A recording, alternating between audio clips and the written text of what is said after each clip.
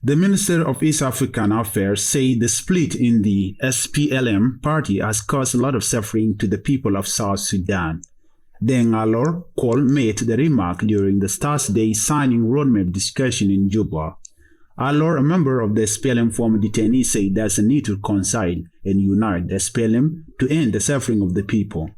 I want us to unite. I want us to complete the peace process. If you look at the people who are still outside our SPLM, whether it's General Paul Malong, Tomat, Siri Lo, or Pagam Amum, you count them, they are all SPLM, he said.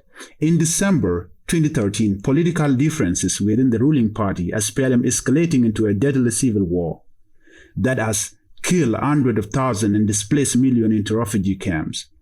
Following the 2013 conflict, multiple factions bearing the name SPLM broke away from the main party and are operating as independent political parties.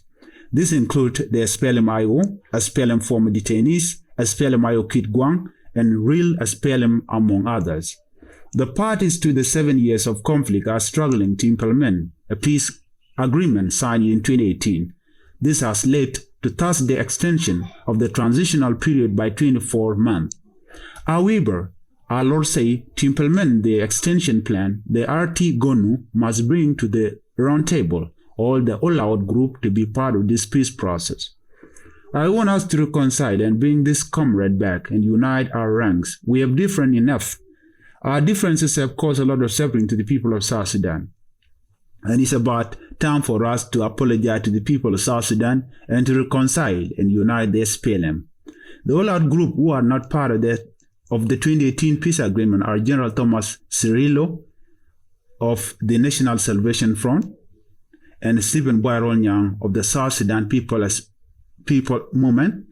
Other all-out faction in the opposition coalition, South Sudan Opposition Movement Alliance, are Pagan Amum of the Real SPLM and Paul Malong Awan, leader of the South Sudan United Front. For his part, the Minister of Higher Education, Science and Technology say the roadmap should now include the all-out group in the peace process. Gabriel Changson Chang say the Rome peace need to be incorporated to the revitalized agreement to have a comprehensive dialogue that will pave way for development in the country. The other issue which is important is that we have the all-out groups.